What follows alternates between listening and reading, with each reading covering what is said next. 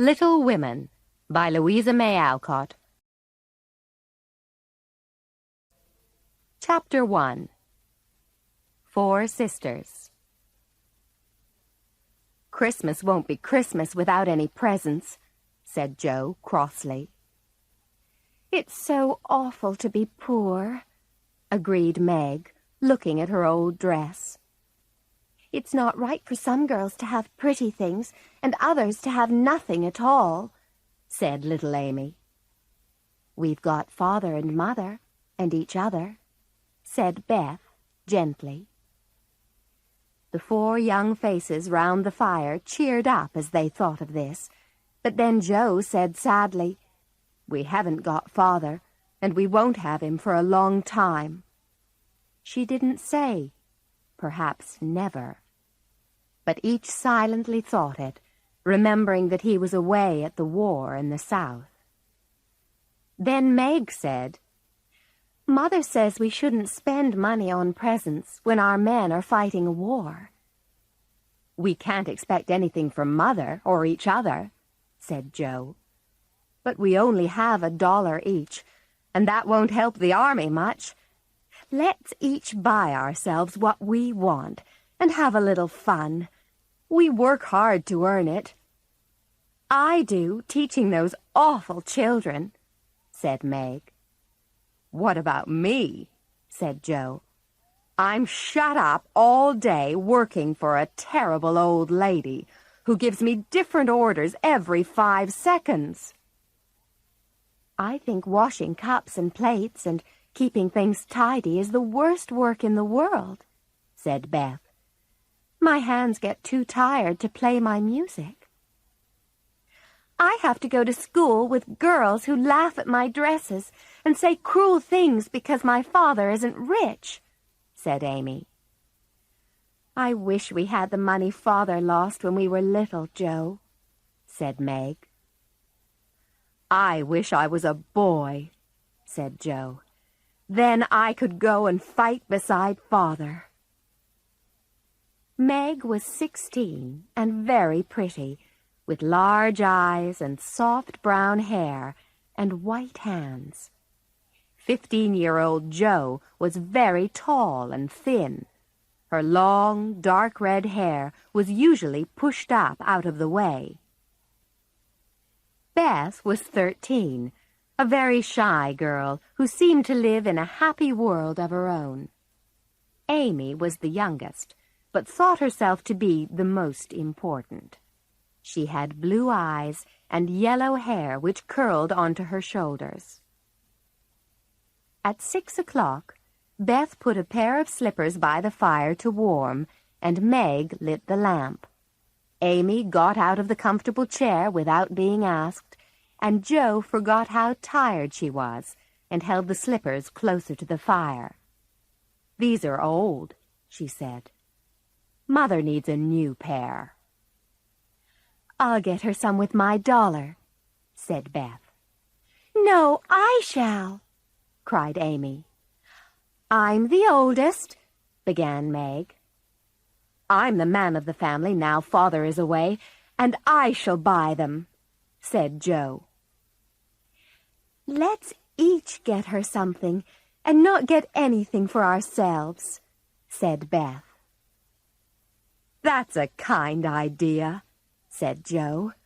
"What shall we get?" Everyone thought for a moment. Then Meg said, "I'll give her a nice pair of gloves." "The best army slippers," said Jo. "Some handkerchiefs," said Beth. "A little bottle of perfume," said Amy. "It won't cost much, so I'll have some money left to buy something for me." "We'll let Mother think we're getting things for ourselves, and then surprise her," said Jo. Mrs. March arrived home soon after.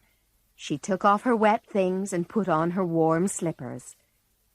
Meg made the tea, Jo brought wood for the fire, Beth was quiet and busy, and Amy gave orders. "I've got a letter from Father," cried Mrs. March.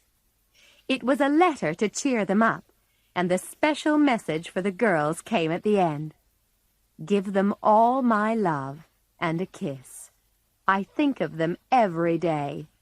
I know they will be loving children to you, and that when I come back, I will be prouder than ever of my little women.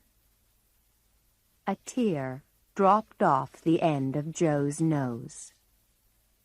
Amy hid her face on her mother's shoulder. "I'm selfish," she cried, "but I'll try to be better." "We all will," cried Meg. "I think too much about the way I look and hate to work, but I won't any more." "And I'll try to be a little woman," said Joe, "and not be rough and wild." Beth said nothing, but she began to work hard at a blue army glove she was making. So the 4 girls decided that they would all try very hard to be good. They would never be cross or lazy or selfish, and they would all help each other. They talked over their plan that evening while they made sheets for Aunt March. Then, at 9 o'clock, they stopped to sing a song. Beth played the old piano, and Meg and her mother led the singing. Joe always sang in the wrong place, but the girls never got too old to sing together. Chapter 2. A Happy Christmas. Joe was the first to wake up on Christmas morning, but soon they were all awake, and they went downstairs. "Where's Mother?" asked Meg. "I don't know," said old Hannah. She had lived with the family since Meg was born, and was more like a friend than a servant. "Some poor woman came to the door, and your mother went off to see what was needed." "She'll be back soon," said Meg. She looked at the presents for her mother, which were in a basket under a chair, ready to bring out at the right time. "Where is Amy's bottle of perfume?" "She went to put some pretty paper round it, I think," said Joe. Suddenly they heard the outside door close. "Here's Mother. Hide the basket, quick," said Joe. But it was Amy. She came in quickly. "Where have you been, and what's that behind you?" asked Meg. "I ran to the shop and changed the little bottle of perfume for a big one," said Amy. "I spent all my money to get it, and I'm not going to be selfish any more." Meg smiled proudly and put her arms around her sister. Then there was another bang from the outside door, and the basket was pushed back under the chair. The girls ran to the table, ready for their breakfast. "Happy Christmas, Mother!" they shouted. "Happy Christmas, little daughters," said Mrs. March. Then the smile disappeared from her face. "Girls, listen. Not far away is a poor woman, Mrs. Hummel, with a new baby. Her 6 children are in one bed trying to keep warm, as they have no wood for a fire. There is nothing to eat, and they are hungry and cold. Will you give them your breakfast as a Christmas present?" For a minute, no one spoke. Then Joe said, "Mother, I'm so glad you came back before we began to eat." And the girls quickly began to put their breakfast in a basket. "I knew you would do it," said Mrs. March, smiling. She took the girls and Hannah to a cold, miserable little room in an old building where they found a sick mother, a crying baby, and a group of children with white, frightened faces. The children were on the bed under a blanket, trying to keep warm. The woman almost cried with happiness when she saw the girls. Hannah, who had brought wood, made a fire. Mrs. March gave the mother tea and hot food, Then she dressed the little baby gently.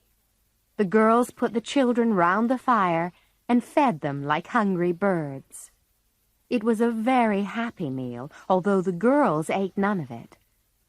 But no one was happier than those hungry young ladies who gave away their breakfast on Christmas morning. Mrs. March was surprised and pleased when she saw her presents later. There was a lot of laughing and kissing and explaining. Then, for the rest of the day, the girls were busy. Joe liked to write plays, and the four of them were going to act one that evening. They had learned their words and had worked hard to make strange and wonderful clothes for all the different characters in the play. On Christmas night, some other girls came to watch. At first, there was a lot of whispering and laughing from the four sisters behind the curtains. Then the curtains were opened, and the play began. It was an exciting story about Hugo, acted by Joe, wearing a black beard, beautiful Zara, and brave Rodrigo. There were also 2 ghosts, a cruel king, and a tall castle made of paper and wood, which, unfortunately, fell down just as Rodrigo and Zara were escaping from it. There were screams of laughter from everyone, but the actors picked themselves up and carried on through more dangers and mysteries until the happy ending was reached. All the visitors loved the play, and after the excitement and fun came a surprise for everyone. "Would the young ladies like to stay for supper?" asked Hannah.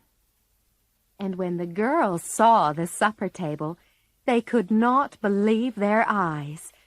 There was ice cream, cake, fruit, and French chocolate, and in the middle of the table were flowers for each of the 4 actors. "Where did it all come from?" asked Amy. "From Father Christmas, perhaps," said Beth. "Mother did it," said Meg. "Aunt March sent it," said Joe. "You're all wrong," laughed Mrs. March. "Old Mr. Lawrence sent it." "The Lawrence boy's grandfather?" said Meg. "But we don't know him." "Hannah told his servant about your breakfast party, and that pleased him," said Mrs. March. "He knew my father many years ago, and he sent me a note this afternoon asking if he could send my children a few small Christmas presents." "The idea came from that boy. I know it did," said Joe. "I'm sure he wants to know us, but he's shy, and Meg won't let me speak to him when we pass him in the street. She says that it's not at all polite for young ladies to introduce themselves to strangers." "You mean the people who live in the big house next door, don't you?" said one of the other girls. "My mother knows old Mr. Lawrence. She says he keeps his grandson in the house when the boy isn't riding or walking with his tutor, and makes him study very hard. We invited the boy to our party, but he didn't come." "That boy needs to have some fun," said Joe. Chapter 3. The Lawrence Boy. "Look," said Meg excitedly a day or 2 later. She waved a piece of paper at Joe. "An invitation to a New Year's party at Sally Gardner's house, and it's for both of us. Mother says we can go, but what shall we wear?" "Our best cotton dresses," said Joe, "because we haven't got anything else. Yours is as good as new, but mine has a burn and a hole in the back." "Then you must keep your back out of sight," said Meg. "I'll have a new ribbon for my hair, and my new slippers, and my gloves are all right." "Mine are stained, so I'll have to go without." "You must wear gloves to a dance, Joe," cried Meg. "Then we'll each wear one good one and carry a bad one," said Joe. Meg looked worried. "All right, but you will behave nicely, won't you?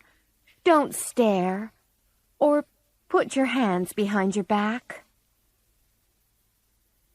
On New Year's Eve, the two younger sisters watched the two older girls get ready for the party. There was a lot of running up and down, and laughing, and talking. Meg wanted some curls around her face, so Jo began to work on the papered ends of Meg's hair with a pair of hot tongs. "Should they smoke like that?" asked Beth. "It's the wetness drying," said Jo. "What a strange burning smell," said Amy. "I'll take the papers off now," said Jo, "and you'll see lots of little curls." She took the papers off, and to her horror, the burnt hair came off with them. "Oh, oh, what have you done to my hair?" cried Meg. "I always get things wrong," said Jo unhappily. "I'm so sorry. I suppose the tongs were too hot." "Don't worry," Amy told Meg, who was crying. "Just tie your ribbon so that the ends come onto your forehead a little, and it will look quite fashionable." At last, Meg and Jo were ready and went off to the gardener's house, where Mrs. Gardner welcomed them kindly. Meg immediately began to enjoy herself with Sally, but Jo wasn't interested in girlish talk and stood with her back carefully against the wall, watching the dancing. Soon Meg was asked to dance. Then Jo saw a big red-haired boy coming towards her, and she quickly went through a door into a small room. Unfortunately, another shy person was already hiding there, and she found herself looking at the Lawrence boy. "Oh, dear, I didn't know anyone was here," Jo said. The boy laughed. "Don't go. I came in here because I don't know any people, but I think I've seen you before," he said. "You live near us, don't you?" "Next door," said Jo. "We enjoyed your nice Christmas present." "My grandfather sent it, Miss March." "But you gave your grandfather the idea, didn't you, Mr. Lawrence?" "I'm not Mr. Lawrence, only Laurie," he said. "And I'm not Miss March, only Jo," she said. "Do you like parties?" "Sometimes," he answered. "I've been abroad a lot recently, and I don't know how you do things here." "Abroad?" said Jo. "Oh, did you go to Paris?" "We went there last winter." "Can you speak French?" she asked. He said something in French, and Jo listened carefully. "You asked, 'Who is the young lady in the pretty slippers?' It's my sister, Meg, and you knew it was. Do you think she's pretty?" "Yes," he said.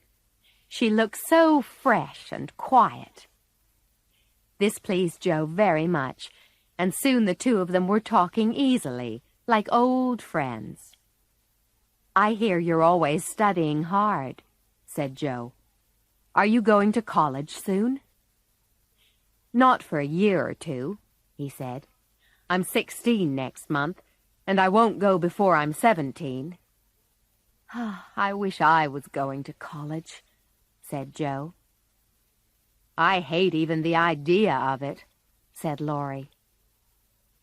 Jo wanted to know why, but he looked so serious that instead of asking, she said, "Why don't you go and dance?"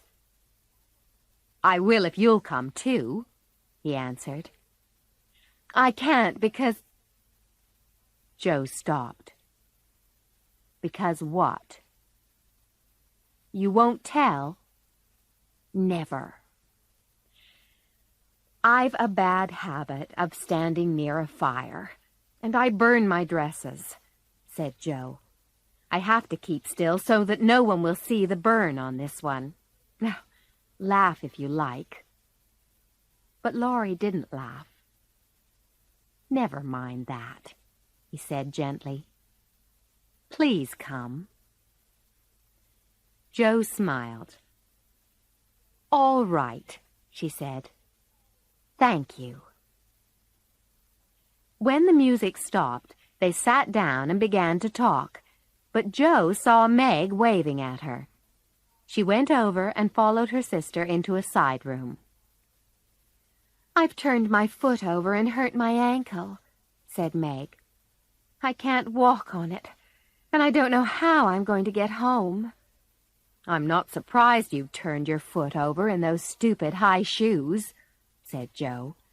"You'll have to get a carriage or stay here all night."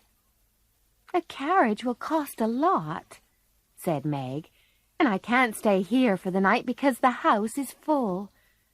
I'll just rest until Hannah comes to fetch us.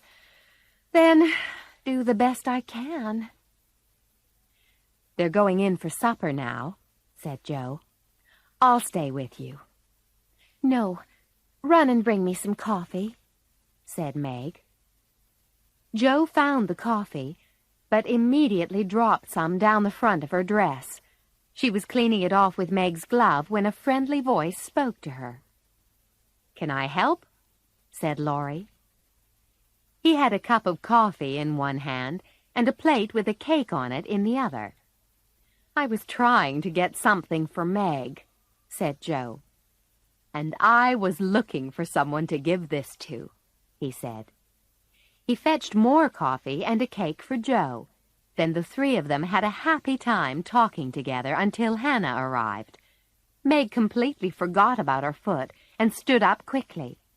She cried out with pain, and when Laurie saw that she could not walk, he immediately offered to take them home in his grandfather's carriage.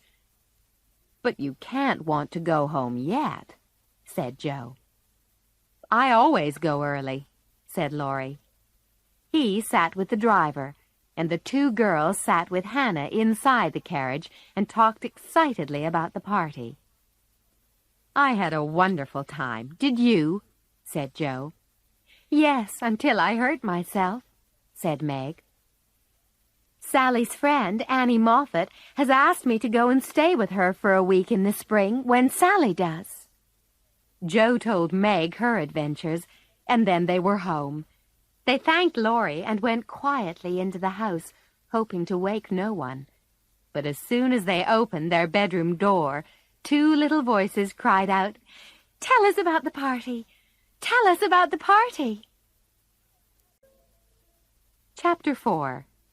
The House Next Door.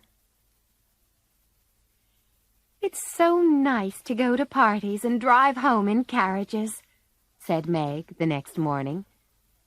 "Other people live like that all the time, and I wish we could. I wish we were rich." "Well, we're not," said Jo. "So we must do our work with a smile, the way Mother does." Mr. March had lost most of his money helping a friend.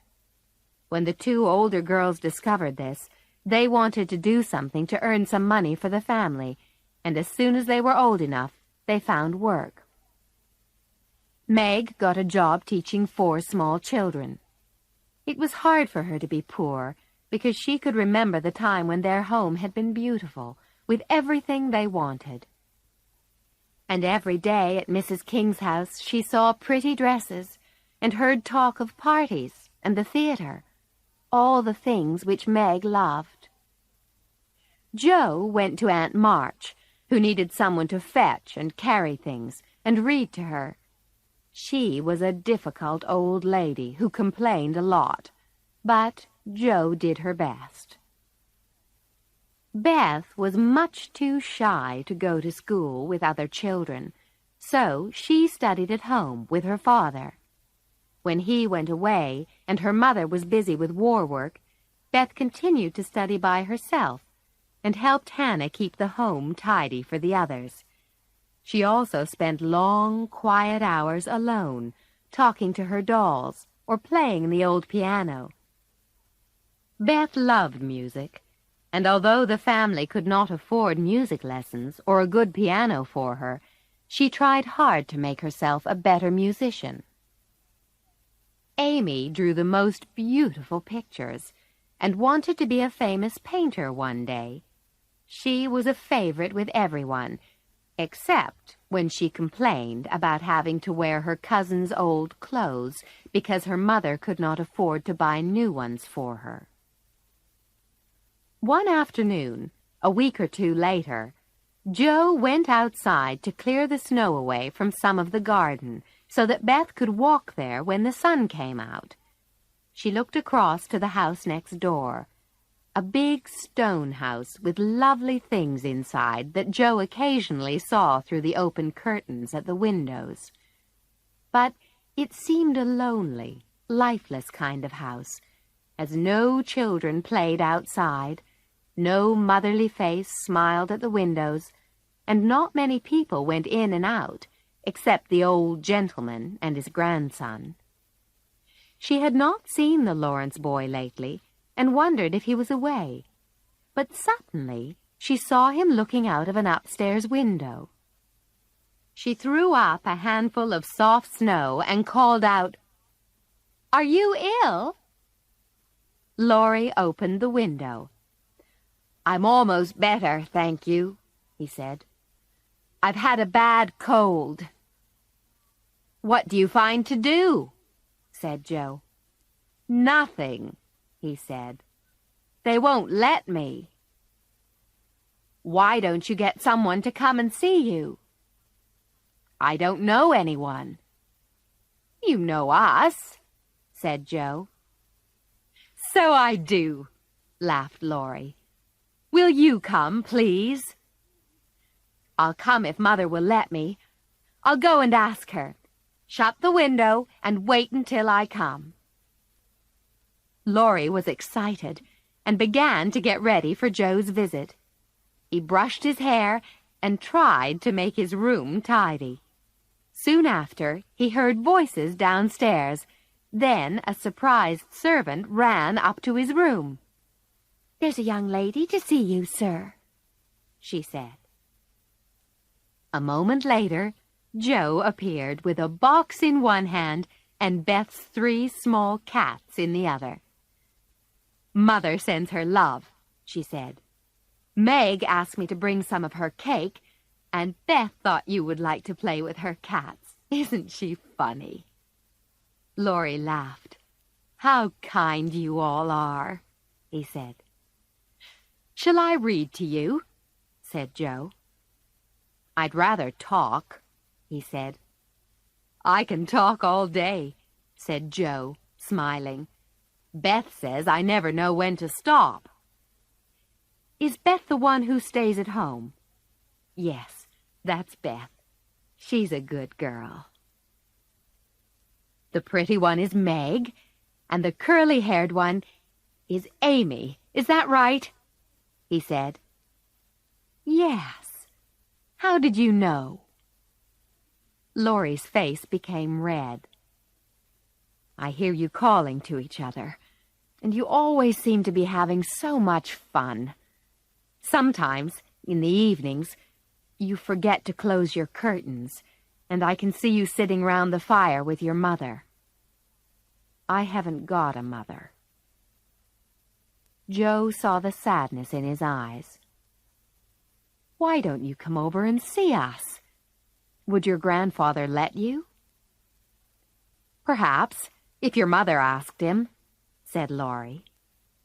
"He spends a lot of time among his books, and Mr. Brooke, my tutor, doesn't live here.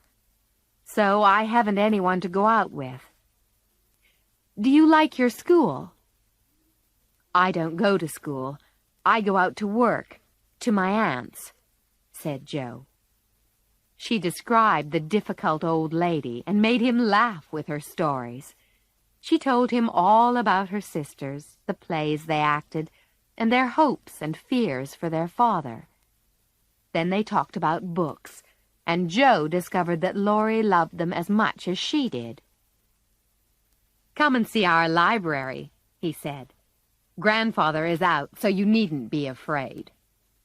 "I'm not afraid of anything," replied Joe.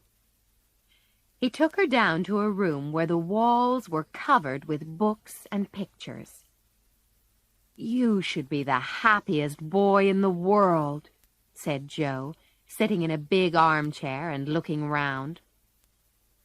"A person can't live on books," he said. Suddenly, a bell rang. Joe jumped up out of the chair. "It's your grandfather," she said. "What if it is?" said Laurie with a smile. "You're not afraid of anything, remember." "Perhaps I am a little bit afraid of him," said Joe.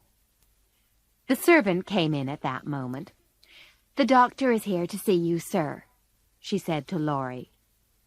"Can I leave you for a minute or two, Joe?" he said. "Yes, I'm very happy here," said Joe. He went away, and Joe was staring at a large picture of the old gentleman when the door opened again. Without turning, she said, "I won't be afraid of him, because he's got kind eyes, although his mouth looks hard and cold. He's not as handsome as my grandfather, but I like him." "Thank you," said a deep voice behind her. She turned quickly and saw old Mr. Lawrence. Joe's face turned a bright red, and she wanted to run away. But the old man's eyes looked kinder than those in the picture, and seemed to have a smile in them. "So, you're not afraid of me, eh?" he said. "Not much, sir." "But I'm not as handsome as your grandfather." "Not quite, sir." "But you like me." He laughed and shook hands with her. "Now, what have you been doing with my grandson?" "Trying to cheer him up, sir," said Joe. "He seems a bit lonely." "Then come and have some tea with us." Laurie was very surprised to see Joe with his grandfather, but was soon talking and laughing happily with Joe. The old man watched the two young people and noticed the change in his grandson. "She's right," he thought. "The boy does need cheering up." After tea, they went into a room where there was a large and beautiful piano. "Do you play?" Joe asked Laurie. "Sometimes," he answered. "Play now. I want to hear it so I can tell Beth." So Laurie played, and Joe listened. Afterwards, Mr. Lawrence said, "He plays quite well, but I want him to do well in more important things. Now, I hope you'll come again." He shook hands with her. "Good night, Joe." Laurie walked to the door with her. "He doesn't like to hear me play," he said. "Why not?" said Joe. "I'll tell you one day," he said. When Joe told the family of her afternoon's adventures, they all wanted to go and visit the big house. "Mother, why doesn't Mr. Lawrence like to hear Laurie play the piano?" asked Joe. "Laurie's father married an Italian lady, a musician," said Mrs. March. "The old man didn't like her, and never saw his son after they were married. Laurie was born in Italy, but his parents died when he was a child, and his grandfather brought him home. Laurie loves music, and I expect his grandfather is afraid he'll want to be a musician like his mother." "Laurie should be a musician if he wants to be," said Joe. "Sending him to college will just make him unhappy." Chapter 5. A Surprise for Beth. Laurie and the 4 girls were soon great friends. Mr. Brooke complained to the old gentleman that his student was always running across to see the marches. Let him have a bit of a holiday," said Mr. Lawrence. "He can catch up with his studies later." What good times they had! Writing and acting plays, happy evenings at the Marches, and little parties at the big house. Only Beth was too shy to go there. When Mr. Lawrence heard about Beth's shyness, he came to have tea with their mother one day and began to talk about music and great singers he had heard. Beth found it impossible to stay in her corner and came to listen. "Laurie hasn't much time for his music," Mr. Lawrence told Mrs. March. "So the piano is not used very often. Would any of your girls like to play it sometimes? They needn't see or speak to anyone, and I'll be in my study." He got up to go. "But if they don't want to come—" At this moment, a little hand touched his own. It was Beth's. I want to come," she said, her voice shaking. "Very much." "You're the musical girl," said Mr. Lawrence gently. "I'm Beth. Yes, I love music, and I shall come." The next day, Beth waited until the old and the young gentleman both went out. Then she ran across to the big house and found her way to the room with the beautiful piano. As soon as she began to play, she forgot her fears immediately in the delight which the music gave her. After that, Beth went every day. She never knew that Mr. Lawrence often opened his study door to hear her playing, or that Laurie stood in the hall to keep the servants away from the shy little girl.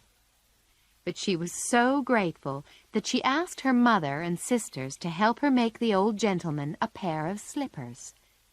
After several days' careful sewing, the slippers were finished. Then Beth wrote a short letter, and with Laurie's help, left it with the slippers in the old man's study one morning before he was up. The next day, Beth went out for a walk, and when she came back, the others were waiting for her. "Here's a letter for you, Beth," they called out. "Come and read it." She hurried to the house, and they took her into the front room. "Look there," everyone was saying at once. Beth looked and got the biggest surprise of her life. For there stood a lovely little piano with a letter on the top of it, addressed to Miss Elizabeth March. You read it, Joe," whispered Beth. "I can't." So Joe opened the letter and began to read. "Dear Miss March," she read, "I have had many pairs of slippers, but none which have pleased me so much as yours.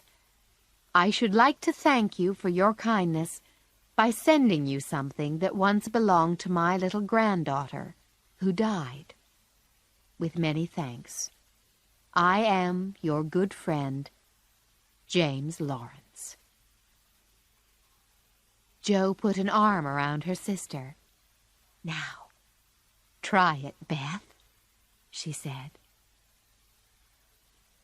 Beth sat down and began to play, and everyone thought it was the most perfect piano they had ever heard.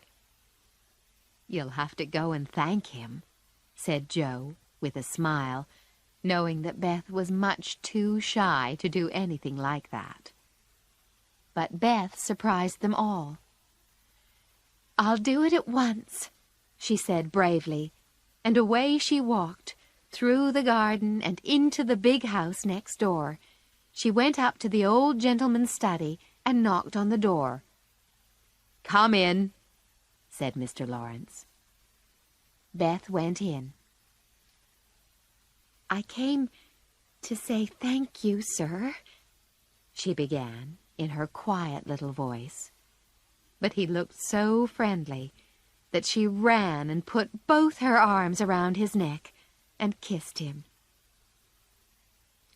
The old gentleman was so surprised that he nearly fell off his chair. But he was very pleased indeed by that shy little kiss, and soon the two of them were talking like old friends. Later, he walked home with Beth. The girls, watching with great interest from the window, could not believe their eyes. "Well," Meg said, "I do believe the world is coming to an end." Chapter 6. Amy in Trouble. "Where are you going?" Amy asked Meg and Joe one afternoon. "I want to come too." "You can't, dear. You're not invited," said Meg. "You're going somewhere with Laurie. I know you are." "Yes, we are," said Joe. "Now stop annoying us." "You're going to the theater," Amy said suddenly. "I want to go with you." "We could take her, I suppose," began Meg. "No, Laurie only invited us," said Joe. "I shall go," shouted Amy. "Meg says I can." "You just stay where you are," said Joe angrily. "I'll make you sorry for this, Joe March," Amy shouted as Meg and Joe left the house. The two older sisters enjoyed themselves at the theater, but Joe couldn't stop worrying as she wondered what Amy would do to make her sorry. She found out the next afternoon. Beth, Amy, and Meg were sitting together when Joe ran into the room. "Has anyone taken my notebook?" Joe asked. Meg and Beth said no at once, but Amy said nothing. "Amy, you've got it," said Joe. "No, I haven't," said Amy. "That's a lie," said Joe. "Tell me the truth or I'll make you." "Do what you like," said Amy. "You'll never see your stupid book again because I burned it." Joe's face went white. "What?" "But I worked so hard writing my stories." "I said I'd make you sorry, and I have," said Amy. Joe jumped at Amy and shook her shoulders. "You wicked, wicked girl," cried Joe. "I'll never, ever forgive you." And she ran out of the room. Mrs. March came home and heard the story. "Oh, how could you do that, Amy?" she said. "That was Joe's book of stories. She wrote them all herself and was hoping to make them good enough to print." Slowly, Amy began to understand the terrible thing she had done and started to cry. Later, when Joe appeared for tea, Amy begged her sister to forgive her. "I shall never forgive you," Joe answered. It was not a happy evening, and when singing time came, Joe remained silent. Afterwards, she kissed her mother and said, "Good night." "My dear, don't go to bed feeling so angry with your sister," whispered Mrs. March. "I'm sorry, Mother. I can't forgive her," replied Joe. Next day, Joe wanted to get out of the house, so she picked up her skates and went next door to ask Laurie to take her skating. Amy heard them going. "Joe promised to take me with her next time," she complained. "It's hard for her to forgive you, Amy," said Meg. "Go after them, and wait until Joe is enjoying herself. Then Give her a kiss, or do something kind. It was not far to the river, but Joe and Laurie were already skating when Amy arrived. Joe saw Amy, but turned away. Laurie was carefully skating along the edge of the ice and didn't see the younger girl. Amy put her skates on and stood on the ice. "Keep near the edge. The ice isn't safe in the middle," Laurie called to Joe. Then he disappeared round the first bend in the river. Joe heard, but Amy did not. Joe realized that Amy probably hadn't heard, but she said nothing and skated after Laurie. Let Amy look after herself, Joe thought. Amy skated out towards the smoother ice in the middle of the river. Joe reached the bend, and for a moment she stood still, a strange feeling in her heart. Something made her turn round, just in time to see Amy throw up her hands and go crashing through the ice into the cold water. Amy gave a cry that made Joe's heart stop with fear. She tried to call Laurie, but her voice was gone, and for a second she could only stand and stare at the little blue hood of Amy's coat above the black water. Suddenly, Laurie skated past her and shouted, "Bring a piece of wood from the side of the river, quickly!"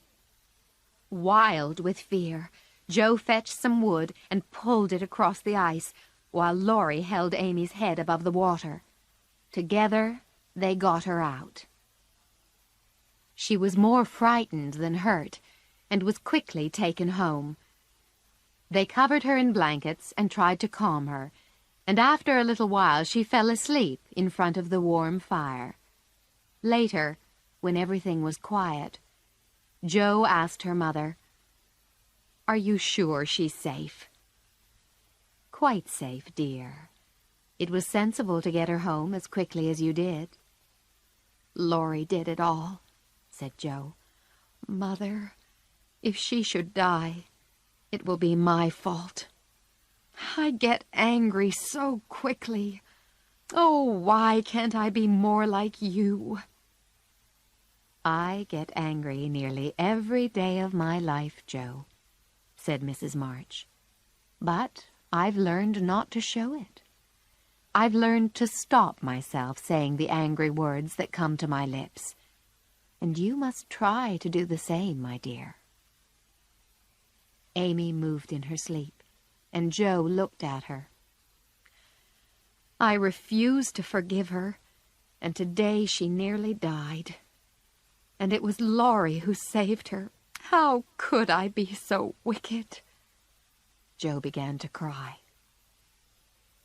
Then Amy opened her eyes and held out her arms, with a smile that went straight to Joe's heart. Neither of them said a word, but they held each other close, and everything was forgiven and forgotten. Chapter 7. Meg Hears Some Gossip. Annie Moffat did not forget her promised invitation, and one April day Meg went to stay at the Moffats' large house. Meg thought it was wonderful. She loved riding in fine carriages, wearing her best dress every day, and doing nothing except enjoy herself. She soon began to talk about fashionable clothes and hairstyles in the way that the other girls did.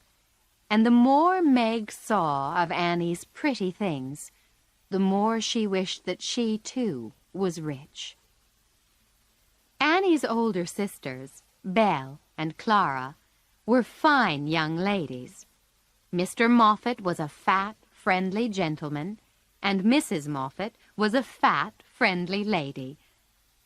They were all very kind to Meg, and did their best to make her feel at home. When the evening for a small party came, Meg's best dress looked very old next to Sally's new one, but no one said anything about it. The girls were getting ready when a servant brought in a box of flowers. "For Miss March," she said. And here's a letter." "What fun! Who are they from?" said the girls.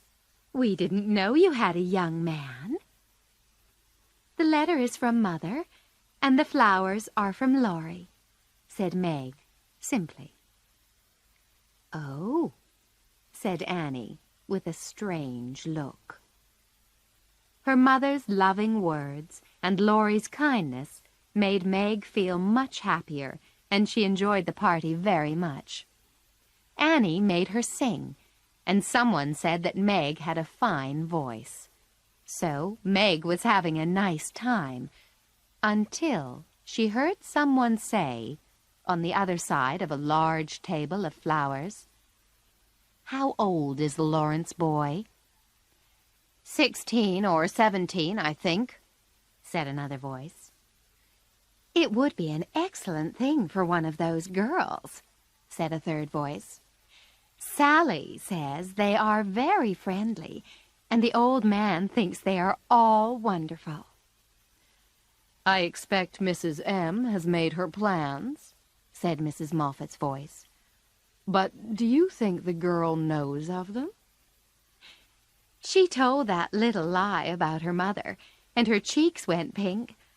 I'm sure the note was from the boy, really.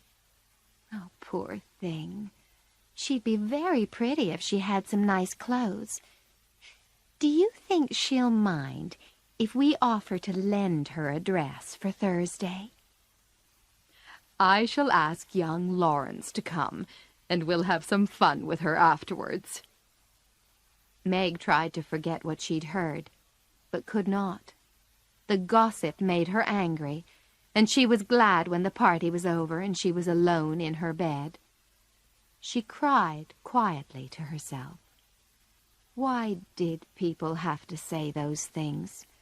She and Laurie were just friends, but now that friendship felt damaged by the unkind gossip.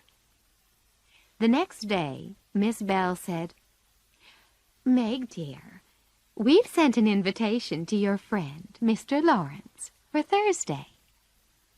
Meg pretended to misunderstand.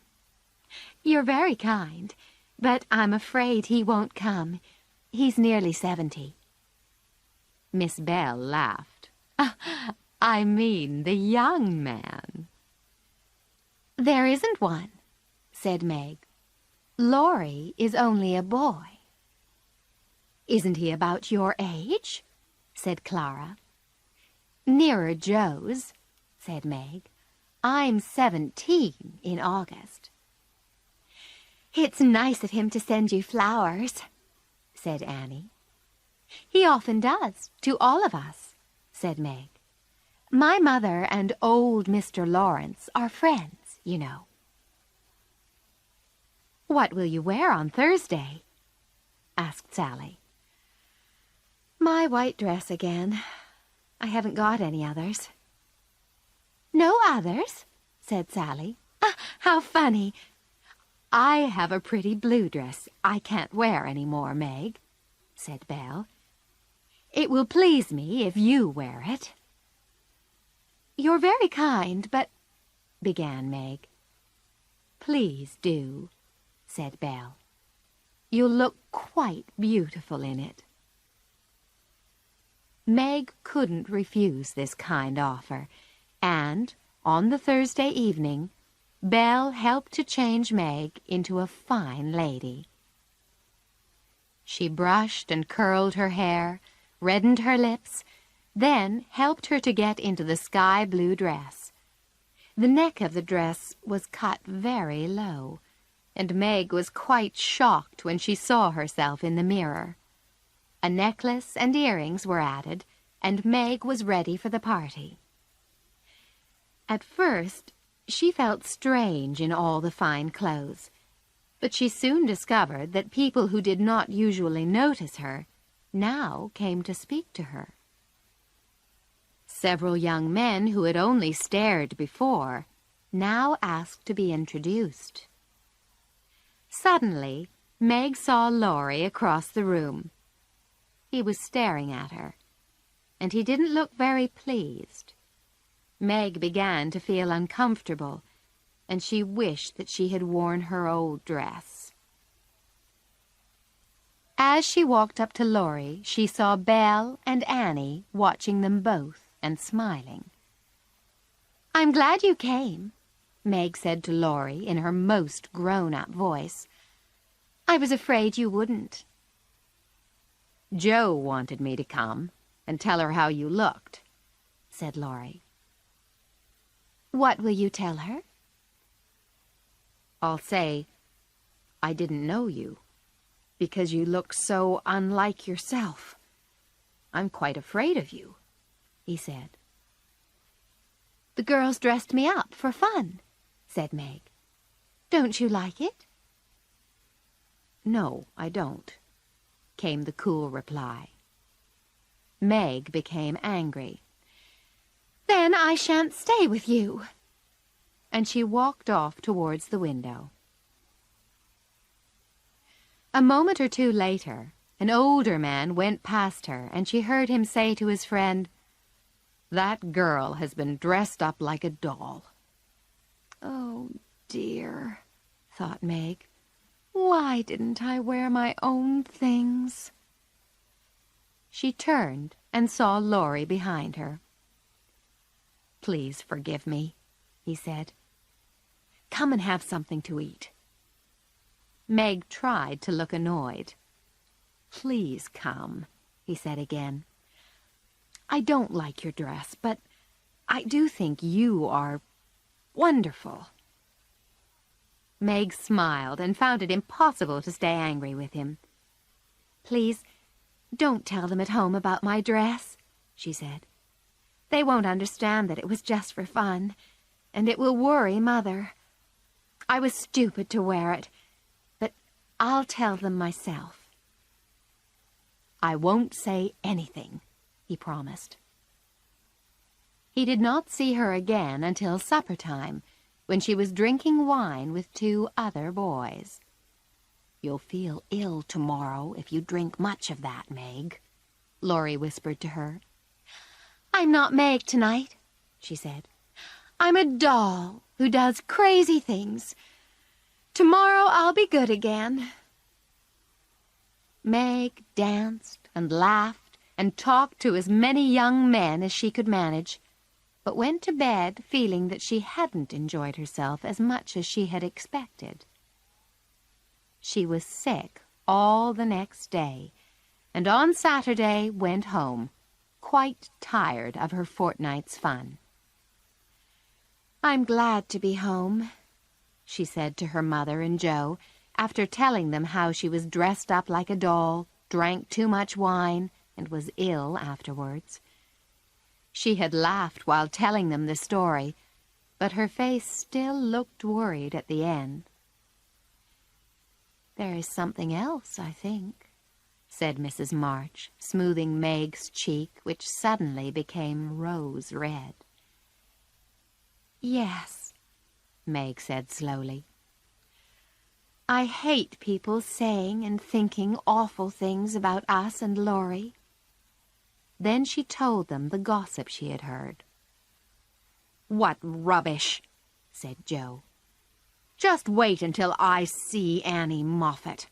How stupid to think that Mother has plans, and that we are kind to Laurie because he is rich and may marry one of us one day. He'll laugh when I tell him." "No, Joe," said her mother. "You must never repeat wicked gossip." "Do you have plans, Mother?" asked Meg. "All mothers do, dear," said Mrs. March.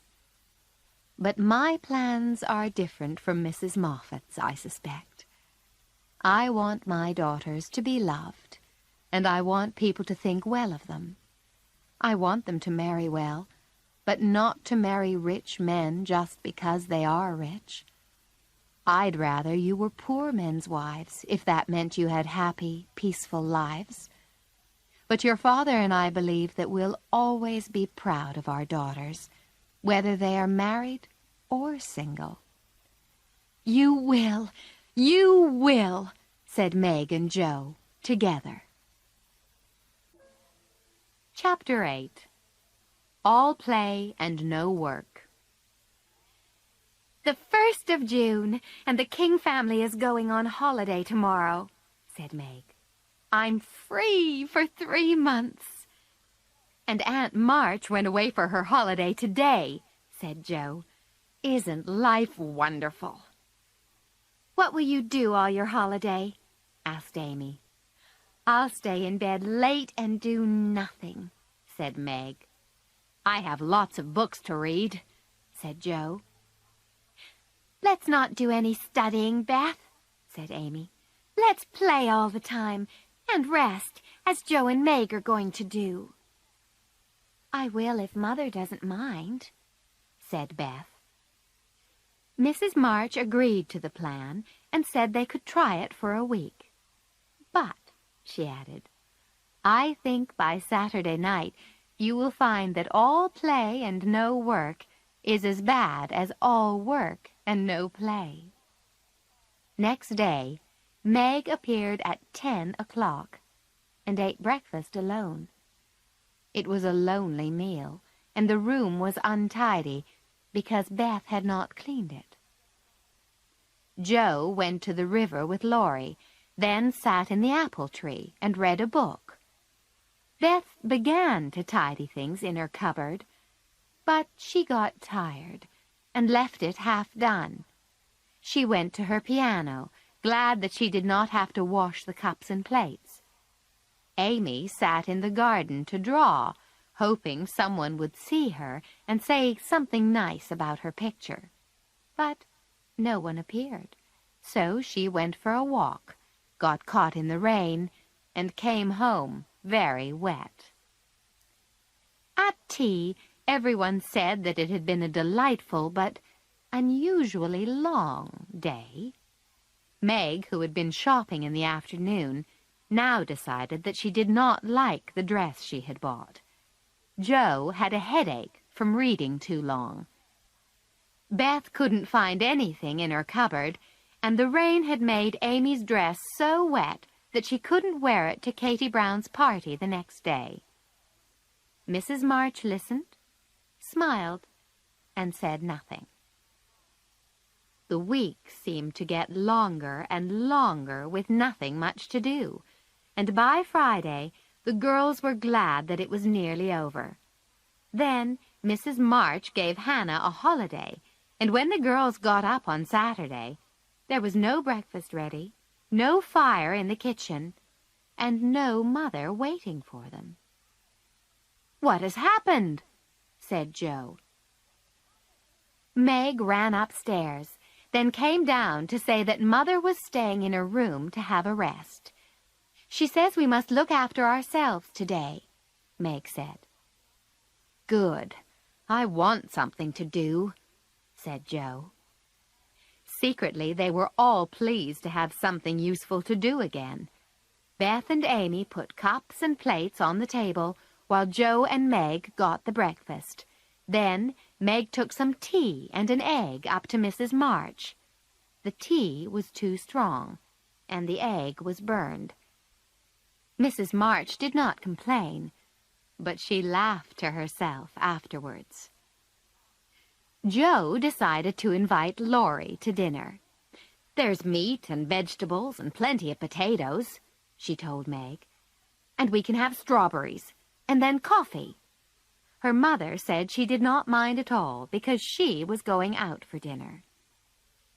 Joe did her best, but the potatoes were still hard in the middle, the vegetables were cooked too long and fell to pieces, and the meat was burned black.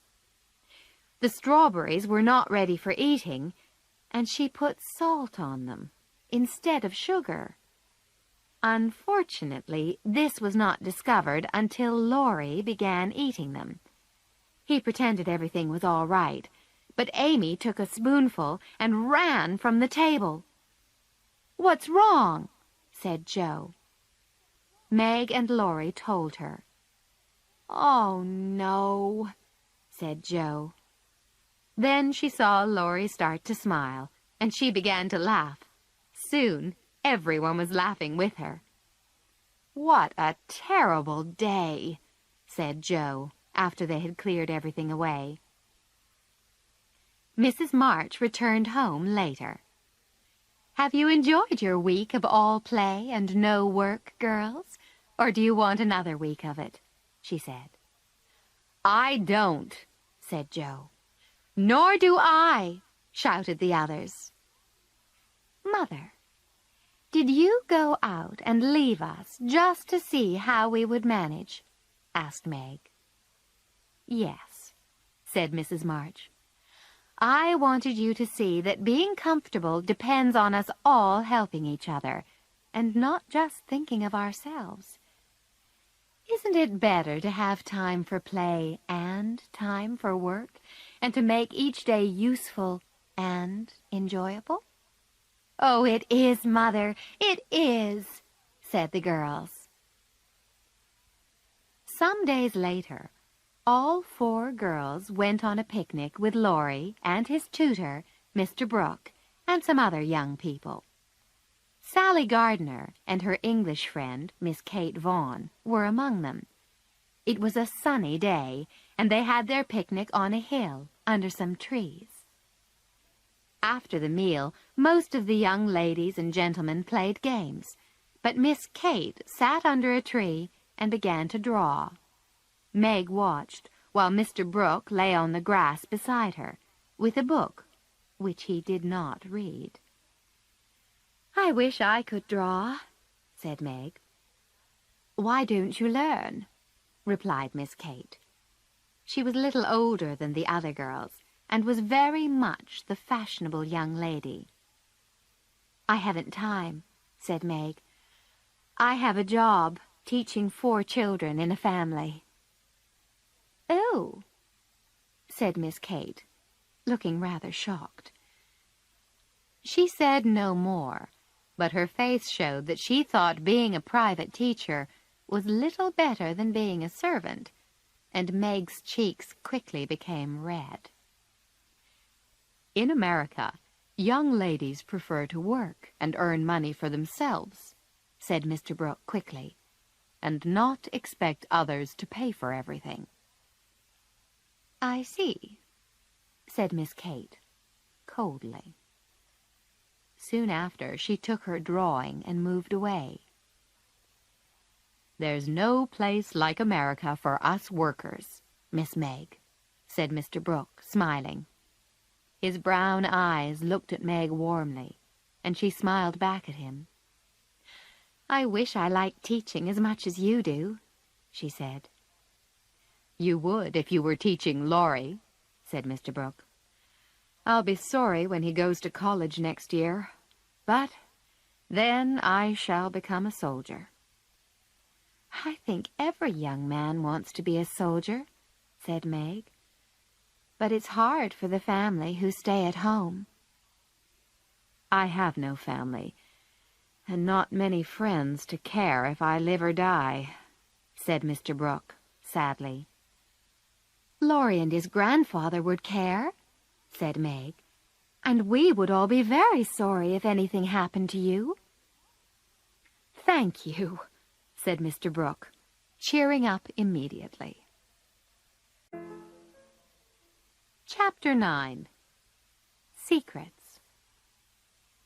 One October afternoon, Joe caught a bus into the town and stopped outside a building in one of the busy streets.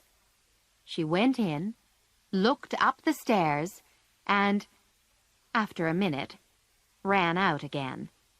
She did this several times, to the great amusement of a young man who was watching from the opposite side of the road.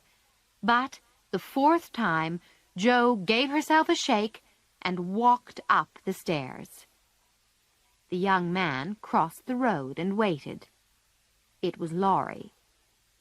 10 minutes later, Joe came running out, but did not look pleased to see him. "What are you doing here?" she said. "I'm waiting to walk home with you," he said. "I've a secret to tell you, but first you must tell me yours." "You won't say anything at home, will you?" said Joe. "Not a word," promised Laurie. "I've left 2 of my stories with a newspaper man," said Joe. "But I'll have to wait until next week before I know if they will be printed." "Miss March, the famous American writer," said Laurie, throwing his hat into the air and catching it. Joe looked pleased. "Now, what's your secret?" "You remember Meg lost a glove at the picnic," said Laurie. "Well, I know where it is." "Is that all?" said Joe, looking disappointed. "Wait until I tell you where it is," he said. "Tell me then," said Joe. Laurie whispered 3 words in Joe's ear. She stared at him, looking both surprised and displeased. "How do you know?" "I saw it." "Where?" asked Joe. "Pocket." "What's wrong? Don't you like it?" "Of course not. It's stupid. What would Meg say if she knew?" "You mustn't tell anyone," said Laurie. "I didn't promise," Joe reminded him. "I thought you would be pleased," he said. "Pleased at the idea of someone coming to take Meg away," said Joe. "No, thank you." She ran off down the hill, but Laurie came after her and reached the bottom first. She came up behind him, her face red and her hair blowing in the wind. "That was fun," she said, forgetting her crossness in the enjoyment of a good run. At that moment, someone passed by, then stopped and looked back. It was Meg. "What are you doing here?" she said when she saw Joe. "Oh, you've been running, haven't you? Joe, when will you start to behave like a young lady?" "Don't make me grow up yet, Meg," said Joe, looking sad. "It's hard enough having you change so suddenly." Meg was growing into a woman, and Laurie's secret made Joe realize that Meg would leave home one day, perhaps soon. 2 Saturdays after Joe had gone secretly into town, Meg saw Laurie chasing Joe all over the garden before the 2 of them fell on the grass, laughing and waving a newspaper. "What can we do with that girl?" said Meg. "She never will behave like a young lady." Minutes later, Joe came in with the newspaper. She sat down and began to read it. "Are you reading anything interesting?" asked Meg. "Only a story," said Joe. "Read it aloud," said Amy. "It may amuse us." Joe began to read very fast, and the girls listened. It was a love story about 2 people called Viola and Angelo, and most of the characters died in the end. But the girls enjoyed it, and Meg even cried a little at the sad parts. "Who wrote it?" asked Beth, watching Joe's face. Joe put down the newspaper. "I did," she said, her eyes bright and shining.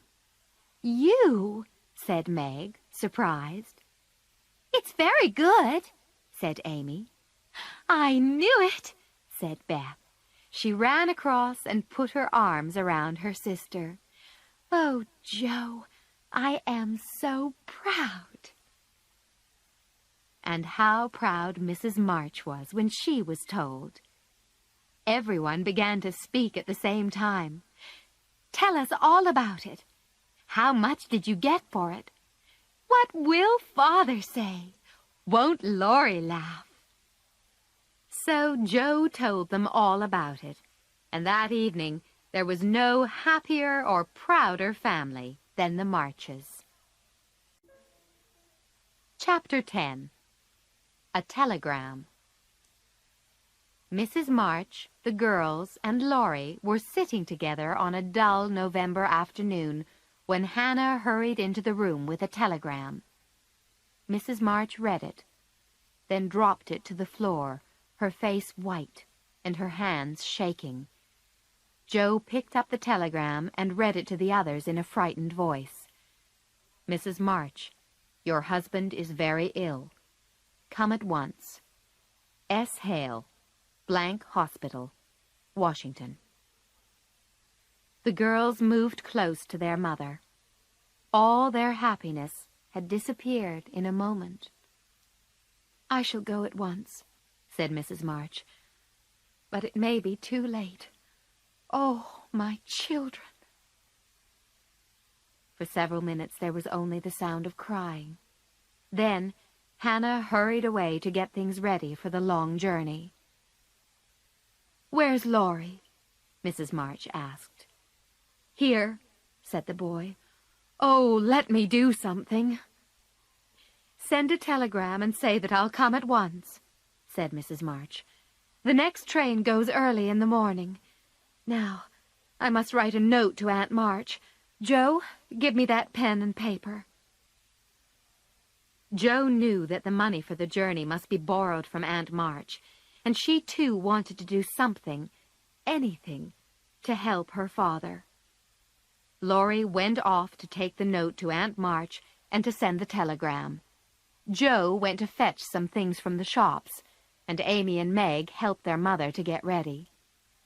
"Father will need good food and wine to help him get better, and there won't be much at the hospital," said Mrs. March. "Beth, go and ask Mr. Lawrence for a couple of bottles of wine. I'm not too proud to beg for Father." Mr. Lawrence came back with Beth. He offered to go with Mrs. March, but she wouldn't let the old gentleman make the long, tiring journey, although he could see that she would like to have somebody with her. He went away again, saying, "I'll be back." Soon after, Meg saw Mr. Brooke by the door. "I'm very sorry to hear your news, Miss March," he said gently. "Mr. Lawrence and I think it will be a good idea if I travel with your mother." "How kind you all are," said Meg. "It will be so good to know that there is someone to take care of Mother. Thank you very much." She put out her hand and smiled gratefully up into his warm brown eyes. Laurie came back with a letter and money from Aunt March, but Joe did not return. It was late afternoon when she came walking in and gave her mother some money. "That's to help make Father comfortable and to bring him home," she said. $25, said Mrs. March. "My dear, where did you get it?" Joe took off her hat. "Your hair! Your beautiful hair!" cried Amy. All Joe's lovely, thick, long hair was cut short. "Joe, how could you?" cried Meg. "My dear girl, there was no need for this," said Mrs. March. "She doesn't look like my Joe, but I love her dearly for doing it," said Beth, and began to cry. "Don't cry, Beth," said Joe. "I wanted to do something for Father, and selling my hair was the only thing I could think of doing. I'll soon have a curly head again, which will be short and easy to keep tidy." But later, when Amy and Beth were asleep and Meg was lying awake, she heard Joe crying. "Are you crying about Father, Joe?" she asked. "No, not now. It's my hair," cried Joe. "I'd do it again if I could, but I did love my hair, and the selfish bit of me is making me cry. Oh, don't tell anyone. I'll be all right in the morning." During the days after their mother and Mr. Brooke went away, Meg and Joe went back to their jobs, and Beth and Amy helped Hannah to keep the house tidy. Everyone tried very hard to be good and hard-working and helpful. News of their father came through, at first telling them he was dangerously ill, but then saying he was slowly getting better. Chapter 11. Beth. 10 days after their mother went away, Beth came home late after one of several visits to a sick baby at the Hummels house. She went straight to her mother's room and shut herself inside. Half an hour later, Joe found her sitting there, looking very ill. "Beth, what's the matter?" cried Joe. Beth put out a hand to keep her away. "You've had scarlet fever, haven't you?" she said. "Years ago, when Meg did," said Joe. "Why?" "Oh, Joe, Mrs. Hummel's baby is dead," said Beth. "It died in my arms before Mrs. Hummel got home." "My poor Beth, how awful for you," said Joe, putting an arm around her sister. "What did you do?" "I just sat and held it until Mrs. Hummel came with the doctor. He looked at Heinrich and Minna, who were also feeling sick. 'It's scarlet fever,' he said. Then he told me to come home and take some medicine quickly, or I would catch it too." "I'll fetch Hannah," said Joe. "Don't let Amy come," said Beth. "She hasn't had it, and I don't want to give it to her." It was decided that Amy must go to Aunt March's house, so Laurie took her there. Poor Amy did not like this plan at all, and only agreed to go when Laurie said he would visit her every day to bring her news of Beth. When Laurie got back, he asked Joe and Meg if he ought to send a telegram to Mrs. March. "Hannah says Mother can't leave Father and would only worry," said Meg.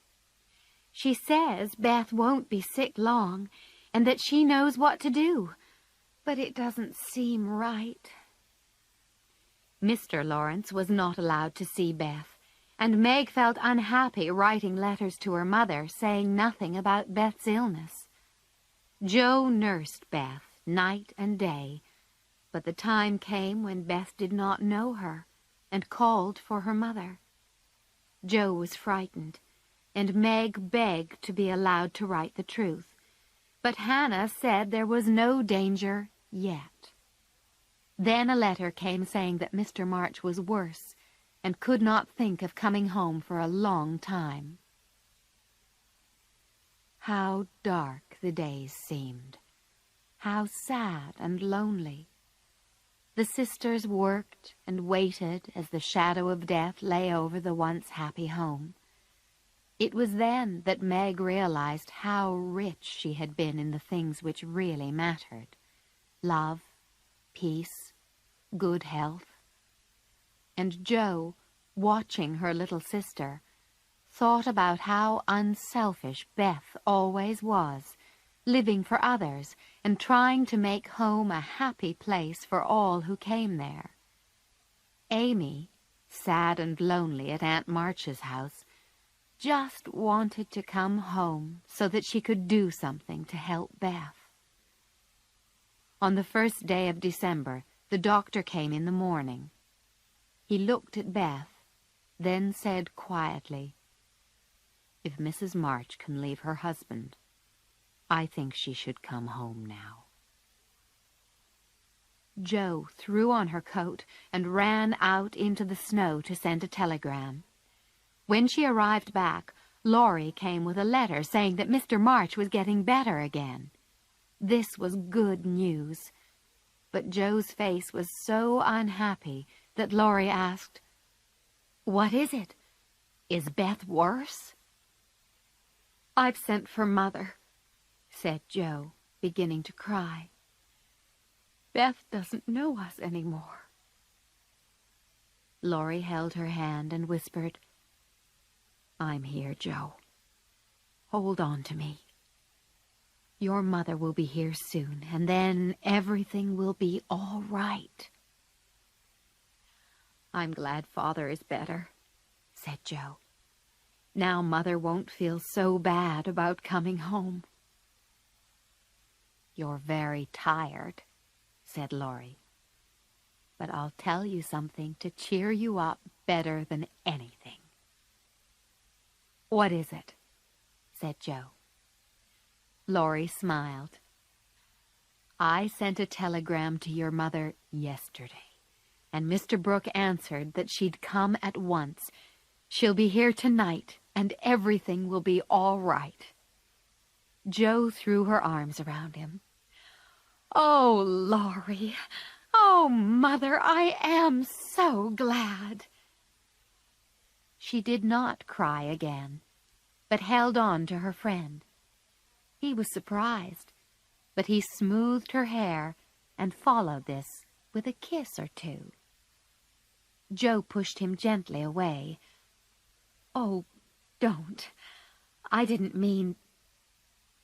I enjoyed it, laughed Laurie, then went on. Grandfather and I thought your mother ought to know. She wouldn't forgive us if Beth... well, if anything happened.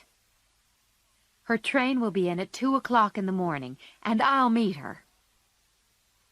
All that day the snow fell and the hours went slowly by. The doctor came, then said he would come back after midnight, when he expected there to be some change in Beth's condition, for better or worse. Hannah fell asleep in a chair beside Beth's bed. Mr. Lawrence waited downstairs, while Laurie lay on the floor, pretending to rest. The girls just waited, unable to sleep. At 12 o'clock, a change seemed to pass over Beth's face. Hannah slept on, but the girls saw the shadow which seemed to fall upon the little bed. An hour went by, and Laurie left quietly for the station. At 2 o'clock, Joe was standing at the window, watching the snow. She heard something, and turned to see Meg kneeling beside her mother's chair. A cold feeling of fear passed over Joe. Beth is dead, she thought. She ran to the bed. The pain had gone from Beth's face, and now there was a look of peace instead. Joe kissed her and softly whispered, "Goodbye, Beth. Goodbye." Hannah woke up and looked at Beth. "The fever's gone," she cried. "She's sleeping and breathing easily." The doctor came soon after. "I think she'll be all right," he said. "Keep the house quiet and let her sleep." Meg and Joe held each other close, their hearts too full for words. Beth was lying as she used to, with her cheek on her hand, and breathing quietly. "I wish Mother would come now," whispered Joe. And a moment later, they heard the sound of the door below, a cry from Hannah, then Laurie's happy voice saying, "Girls, she's come! She's come!" Chapter 12. Love and Mr. Brooke. When Beth woke from her long sleep, she looked into her mother's face and smiled. Then she slept again, but Mrs. March held on to her daughter's thin little hand. Hannah made breakfast while Meg and Joe listened as their mother told them about their father's health and Mr. Brooke's promise to stay with him. Then Meg and Joe closed their tired eyes and were able to rest at last. Laurie went to give the good news to Amy at Aunt March's house. He, too, was tired after the long night, and just managed to finish telling his story before he fell asleep in the chair. Amy began to write a short letter to her mother, but before she could finish it, she saw Mrs. March coming towards her aunt's house. Amy ran to meet her. There were probably many happy little girls in the city that day, but Amy was the happiest of them all as she sat on her mother's knee. "I've been thinking a lot about Beth," she said. "Everyone loves her because she isn't selfish. People wouldn't feel half so bad about me if I was sick, but I'd like to be loved and missed. I'm going to try and be like Beth as much as I can." Her mother kissed her. "I'm sure you will succeed," she said. "Now, I must go back to Beth. Be patient, little daughter, and we'll soon have you home again." That evening, while Meg was writing to her father, Jo went upstairs to Beth's room and found her mother beside the bed as the little girl slept. "I want to tell you something, Mother," said Jo. "Is it about Meg?" said Mrs. March. "How quickly you guessed," said Jo. "Yes, it's about her. Last summer, Meg lost one of her gloves at the Lawrences' picnic, and later Laurie told me that Mr. Brooke had it and kept it in his coat pocket. It fell out once, and Laurie saw it. Mr. Brooke told Laurie that he liked Meg, but was afraid to tell her because she was so young and he was so poor. Isn't it all awful?" "Do you think Meg likes and cares about him?" asked Mrs. March, with a worried look.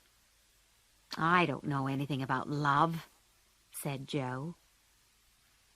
"Do you think she's not interested in John?" said Mrs. March. "Who?" said Jo, staring. "Mr. Brooke," said her mother. "I call him John because we became good friends at the hospital."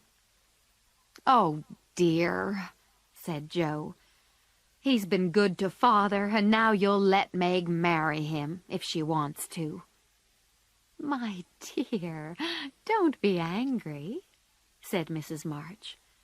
"John told us quite honestly that he loved Meg, but said he would earn enough money for a comfortable home before he asked her to marry him. He wants very much to make her love him if he can. He's an excellent young man, but your father and I will not agree to Meg marrying before she is 20. "I want her to marry Laurie and be rich," said Jo. "I'm afraid Laurie isn't grown up enough for Meg," said Mrs. March. "Don't make plans, Jo. Let time and their own hearts bring your friends together." Meg came in with a letter for her father. "Beautifully written, my dear," said her mother, looking at the letter. "Please add that I send my love to John." "Do you call him John?" said Meg, smiling. "Yes, he's been like a son to us, and we are very fond of him," said Mrs. March, watching her daughter closely. "I'm glad of that, because he's so lonely," was Meg's quiet answer. "Good night, Mother dear." Mrs. March kissed her gently. She does not love John yet, she thought, but she will soon learn to. Chapter 13. Laurie Makes Trouble and Jo Makes Peace. Laurie quickly realized that Jo was keeping a secret which she refused to tell him, but he guessed the secret was about Meg and Mr. Brooke, and was annoyed that his tutor had said nothing. He began to make some private plans of his own. Meg, meanwhile, was busy getting things ready for her father's return, but a change suddenly seemed to come over her. For a day or two, she jumped when she was spoken to, and there was a worried look on her face. Then a letter arrived for her, and a few minutes later, Mrs. March and Joe saw Meg staring at it with a frightened face. "My child, what is it?" said Mrs. March. "It's a mistake. He didn't send it. Joe, how could you do it?" Meg hid her face in her hands and cried. "Me? I've done nothing," said Joe. "What's she talking about?" Meg pulled another letter from her pocket and threw it at Joe. "You wrote it, and that bad boy helped you. How could you be so cruel and mean to us both?" Joe and her mother read the letter which had been in Meg's pocket. "My dearest Meg, I can no longer hide my love for you, and must know your answer before I return. I cannot tell your parents yet, but I think they will agree if they know that we love one another. Mr. Lawrence will help me find a good job, and then, my sweet girl, you will make me happy. Say nothing to your family yet, but send a word of hope to me through Laurie. Your loving, John." "That terrible boy," said Joe. "I'll make him sorry." But her mother said, "Wait, Joe. Are you sure this is nothing to do with you?" "I never saw the letter before," said Joe. "But Mr. Brooke wouldn't write stupid things like that." "It's like his writing," said Meg unhappily, looking at the second letter in her hand. "Oh, Meg, you didn't answer it," said Mrs. March. "Yes, I did," cried Meg, hiding her face again. "Let me get that wicked boy," shouted Joe. Mrs. March sat beside Meg. "Tell me everything." "Laurie brought the first letter," said Meg. "He didn't seem to know anything about it. I was going to tell you, but I remembered how you liked Mr. Brooke and thought it would be all right to keep my little secret for a while. Oh, now I can never look him in the face again." "What did you write to him?" asked Mrs. March.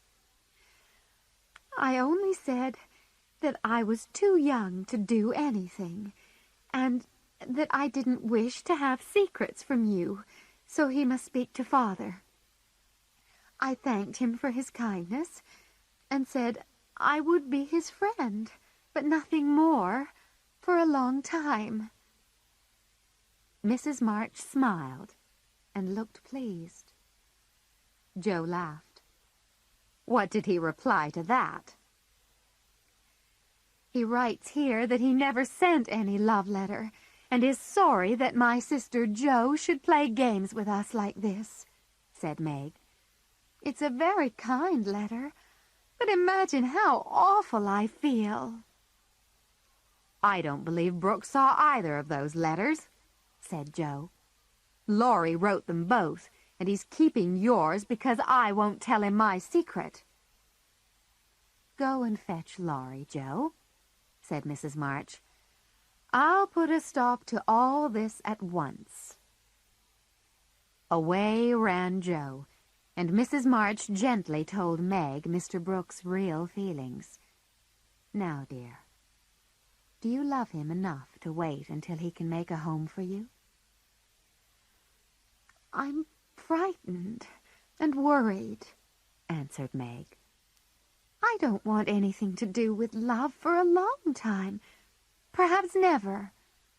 If John doesn't know about all this, don't tell him. And please make Joe and Laurie keep quiet." Mrs. March tried to calm her daughter, but as soon as Meg heard Laurie coming back with Joe, she ran out of the room, and Mrs. March saw the boy alone. When Laurie saw Mrs. March's angry face, he guessed the reason. Joe waited outside the room as, inside, the voices rose and fell for half an hour, but the girls never knew what was said. When they were called in, Laurie apologized to Meg and told her that Mr. Brooke knew nothing about either of the two letters. "Please forgive me, Meg," he said. "I'll try," said Meg. "But I didn't think you could be so unkind." Laurie looked so sorry that Joe wanted to forgive him straight away, but she said nothing and refused even to look at him. When he went away, looking hurt and unhappy, Joe wished she had been more forgiving. She could never stay angry for long, so after a while she hurried over to the big house, taking with her as an excuse one of Mr. Lawrence's books that she had borrowed. "Is Mr. Lawrence in?" Joe asked a servant. "Yes, miss, but you can't see him," said the servant. "Why?" "Is he ill?" said Joe. "No, miss, but he's been arguing with Mr. Laurie." "Where's Laurie?" said Joe. "He's shut in his room, and he won't come out." "I'll go and see what's the matter," said Joe. "I'm not afraid of either of them." She went upstairs and knocked on Laurie's door. "Stop that!" shouted Laurie. Joe immediately knocked again, and the door flew open. She stepped inside before Laurie could stop her. "I've come to say that I forgive you," she said, "and I won't stay angry with you." "Oh," said Laurie. "Thank you." "What's wrong?" she said, seeing his unhappy face. "I wouldn't tell Grandfather why your mother wanted to see me, because I promised her not to tell anyone," he said. "But then Grandfather tried to shake the truth out of me, so I came up here and shut myself in." "I expect he's sorry he did that," said Joe. "Go down and say you're sorry. I'll help you." "No, I won't," said Laurie angrily. "I was sorry about Meg, and I asked her to forgive me, but I won't do it again when I'm not the one who is wrong. He ought to believe me when I say I can't tell him something. I don't like being shaken like that, and I won't go down until he apologizes. Listen, if I get your grandfather to apologize for shaking you, will you go down?" said Joe. "Yes, but you won't do it," answered Laurie. "If I can manage the young one, then I can manage the old one," Joe said to herself as she went downstairs. "Come in," said Mr. Lawrence when she knocked on his door. "It's me, sir," said Joe. "I'm returning a book." "Do you want any more?"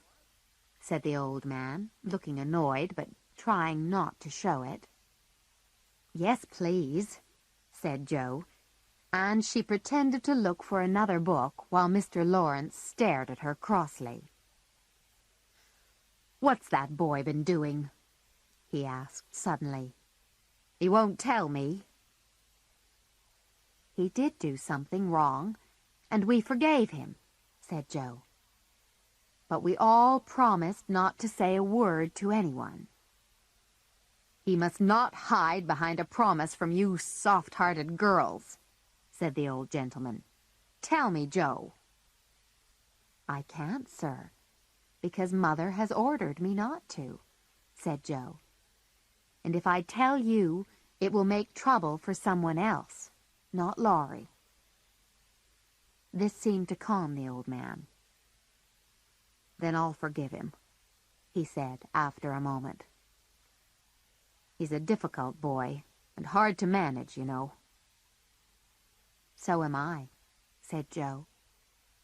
"But a kind word always helps."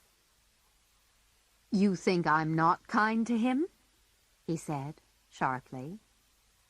"Too kind very often," said Joe, a little afraid, "but just a bit quick to be angry with him sometimes." The old gentleman looked a little ashamed. "You're right. I am. Although I love the boy, I find it hard to be patient with him sometimes. Bring him down and tell him it's all right. I'm sorry I shook him." "Why not write him an apology, sir?" said Joe. "He says he won't come down until he's got one." Mr. Lawrence gave her another sharp look, but then smiled and put on his glasses. "Here, give me a bit of paper," he said. The words were written, and Joe kissed the old man's cheek. Then she went upstairs and put the letter under Laurie's door, but he came out before she was gone. "Well done, Joe," he said. "Did he shout at you?" "No, he was quite calm," said Joe. "Now, go and eat your dinner. You'll both feel better after it." Everyone thought the matter was ended, but although others forgot it, Meg remembered. She never talked about Laurie's tutor, but she thought of him often and dreamed her dreams. And once, when Joe was looking for something in her sister's desk, she found a bit of paper with Mrs. John Brooke written on it, over and over again. "Oh, dear," said Joe. Chapter 14. Happier Days. Christmas Day was very different that year. Beth felt much better, and was carried to the window to see the snowman which Joe and Laurie had made. It had a basket of fruit and flowers in one hand, and a new piece of music in the other. Laurie ran up and down, bringing in the presents, and Joe sang a funny song. "I'm so happy," laughed Beth, as Joe carried her back to the other room to rest after the fun. "Oh, I do wish that Father was here, too." Half an hour later, Laurie came to the house and opened the door quietly. "Here's another Christmas present for the March family," he called out.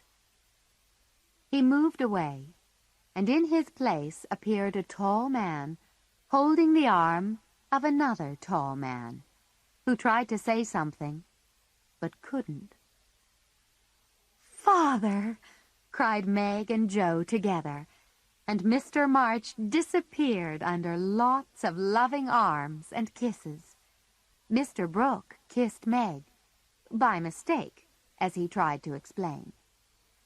Suddenly, the door to the other room opened, and there was Beth, running straight into her father's arms. There were tears of happiness on many faces before all the excitement died down. Then Mrs. March thanked Mr. Brooke for taking care of her husband, and he and Laurie left the family to themselves. Mr. March and Beth sat in one big armchair, and the others sat around them. "I wanted to surprise you all, and the doctor let Mr. Brooke bring me home," said Mr. March. "John has been so good to me. He is an excellent young man." Mr. March looked at Meg, who was staring at the fire. Then he smiled at his wife. She smiled back. Joe understood exactly what the smiles were saying, and went out to the kitchen complaining to herself about excellent young men with brown eyes. There never was a Christmas dinner like the one they had that day. Mr. Lawrence and his grandson ate with them, and so did Mr. Brooke. Joe gave the tutor many black looks and would not speak to him, which amused Laurie.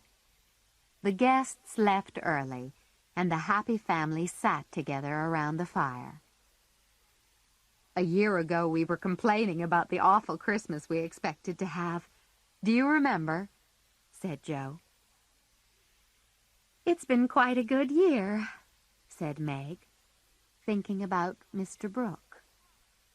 I think it's been a hard one, said Amy. I'm glad it's over, because we've got Father back, whispered Beth, who was sitting on his knee. I've discovered several things about you young ladies today, said Mr. March. Oh, tell us what they are, cried Meg. Here's one, he said, taking her hand. It had a small burn on the back, and 2 or 3 little hard places on the front.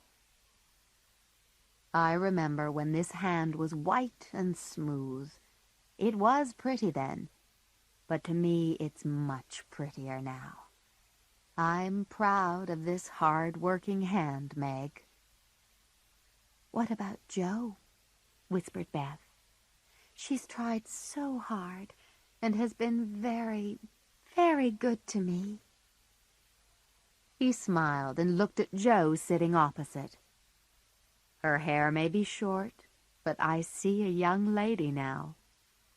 Her face is thin and white from worrying, but it has grown gentler. Perhaps I'll miss my wild girl, but I'm sure I'll love the warm-hearted woman who has taken her place. Jo's face was red in the firelight as she listened. Now, Beth, said Amy. She's not as shy as she used to be, said her father lovingly, and he held Beth close when he remembered how near they had come to losing her. Then he looked down at Amy by his feet. I've noticed today that Amy has helped everyone patiently and with a smile. She's learned to think more about other people and less about herself. Beth moved out of her father's arms and went to the piano. She touched the keys softly and began to sing.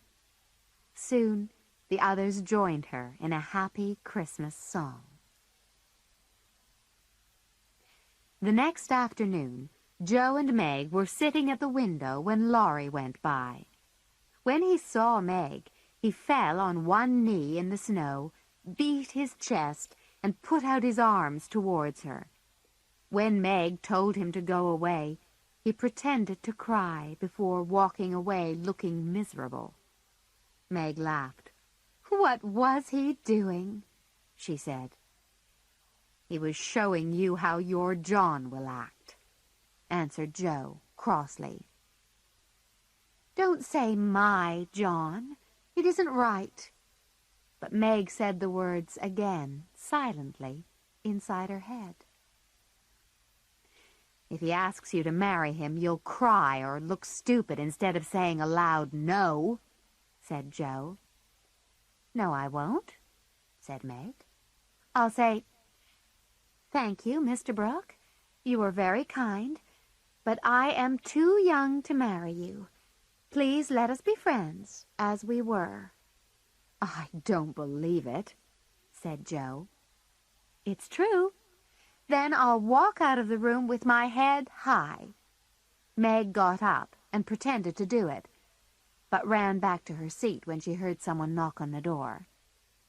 Jo opened it with an angry look. Good afternoon, said Mr. Brooke. I came to get my umbrella, which I left behind yesterday. I'll get it, said Jo, pushing past him. Now Meg can tell him, she thought.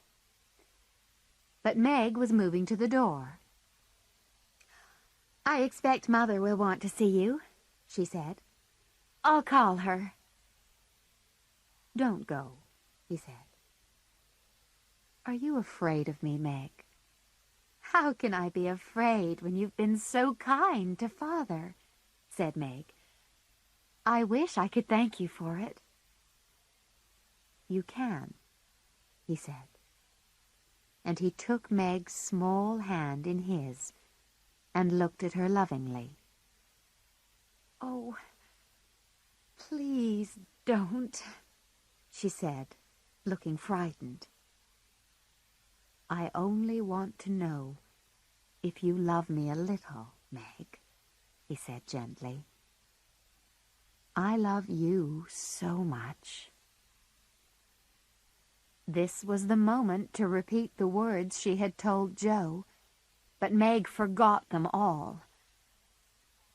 "I don't know," she said, so softly that John had to move closer to hear her reply.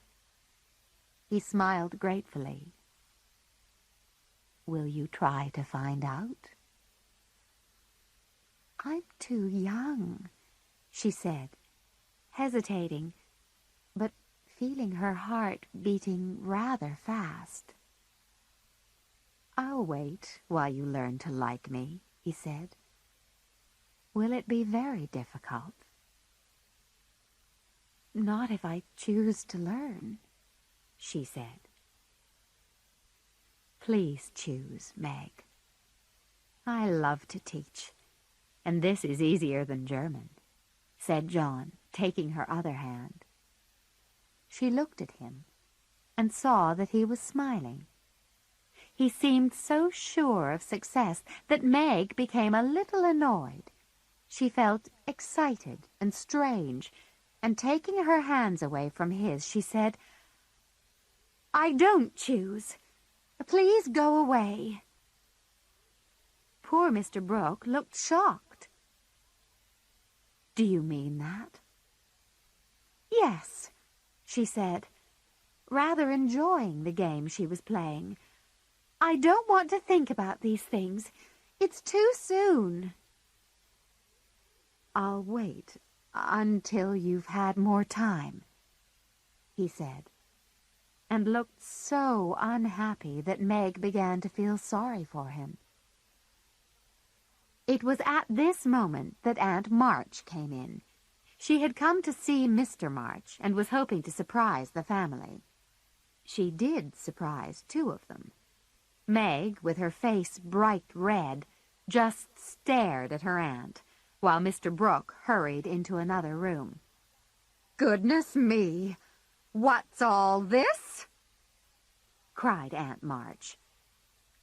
"It's Father's friend," said Meg hurriedly. "I'm so surprised to see you, Aunt March." "I can see that," said Aunt March, sitting down. "What has he said to make your face turn pink?"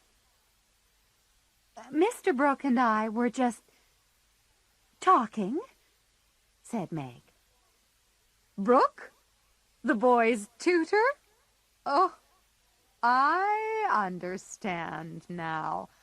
I know all about it because I made Joe tell me. You haven't promised to marry him, have you, Meg? If you have, you won't get one bit of my money. Do you hear?"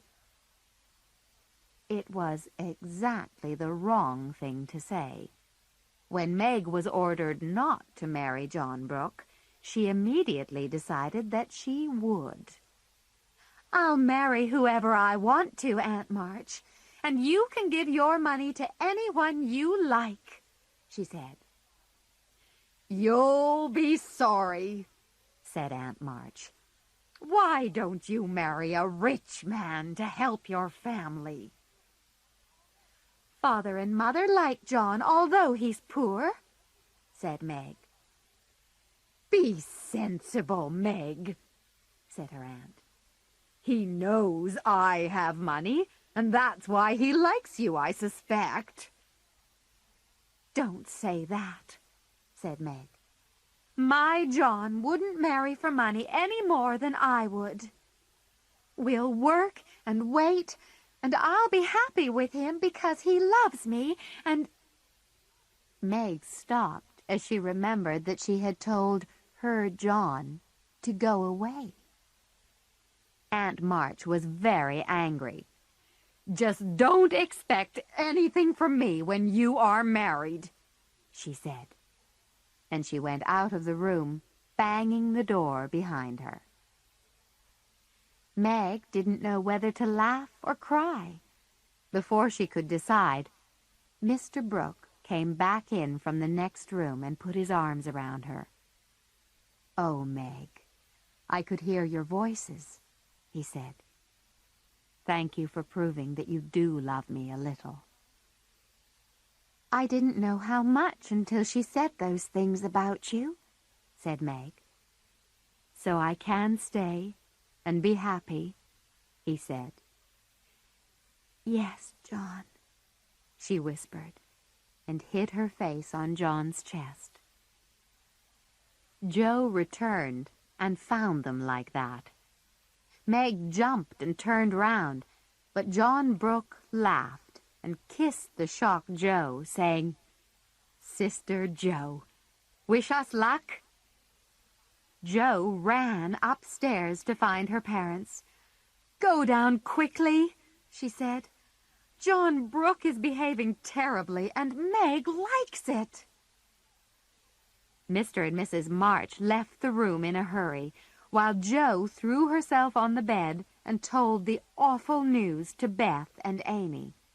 But the little girls thought it was all most interesting and delightful. Nobody knew what was said that afternoon, but a lot of talking was done. The quiet Mr. Brooke managed to persuade his friends that his plans were good and sensible. Then he proudly took Meg in to supper.